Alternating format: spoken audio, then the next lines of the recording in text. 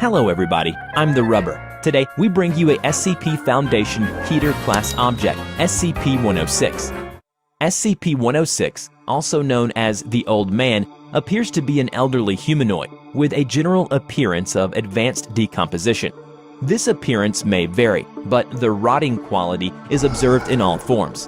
106 is not exceptionally agile and will remain motionless for days at a time, waiting for prey. Basically, if 106 has any reduction in activity or an increase in compliance, it should be treated as an inducement strategy prior to its active action and should be dealt with on this premise. 106 is also capable of scaling any vertical surface and can remain suspended upside down indefinitely.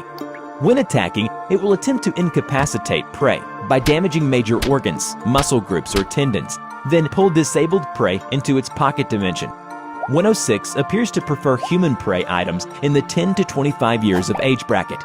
SCP-106 causes a corrosion effect in all solid matter it touches, engaging a physical breakdown in materials several seconds after contact. This is observed as rusting, rotting, and cracking of materials, and the creation of a black, mucus-like substance similar to the material coating SCP-106. This effect is particularly detrimental to living tissues, and is assumed to be a pre-digestion action. Corrosion continues for 6 hours after contact, after which the effect appears to burn out. 106 is capable of passing through solid matter, leaving behind a large patch of its corrosive mucus. It is able to vanish inside solid matter, entering what is assumed to be a form of pocket dimension. It is then able to exit this dimension from any point connected to the initial entry point. For example, entering the inner wall of a room and exiting the outer wall, or entering a wall and exiting from the ceiling. In a record of 106's escape, as Agent Alum and Musker were joking about how they'll never know when they would be getting close to 106. And just at that moment, SCP-106 steps out of an adjacent wall and wraps an arm around Agent Musker's neck and drags her, screaming, back into the wall with it. Moments later, the floor beneath Agent Alum begins to dissolve, and he slowly descends into SCP-106's pocket dimension. Not sure if they were frustrated or happy that they could finally see 106, they gave out hysterical laughter. SCP-106 will typically enter a dormant state after finishing with a lure subject. During this phase, it will remain completely motionless for up to 3 months. The cause for this is unknown. SCP-106 will emerge from this state in a very agitated state and will attack and abduct staff and cause gross damage to its containment cell and the site at large. SCP-106 appears to hunt and attack based on desire, not hunger. SCP-106 will attack and collect multiple prey items during a hunting behavior event, keeping many alive in the pocket dimension for extended periods of time. 106 has no determinable limit and appears to collect a random number of prey items during an event. The inner dimension accessed by SCP-106 appears to be only accessible by SCP-106. It appears that SCP-106 will play with captured prey and appears to have full control of time, space, and perception inside this dimension.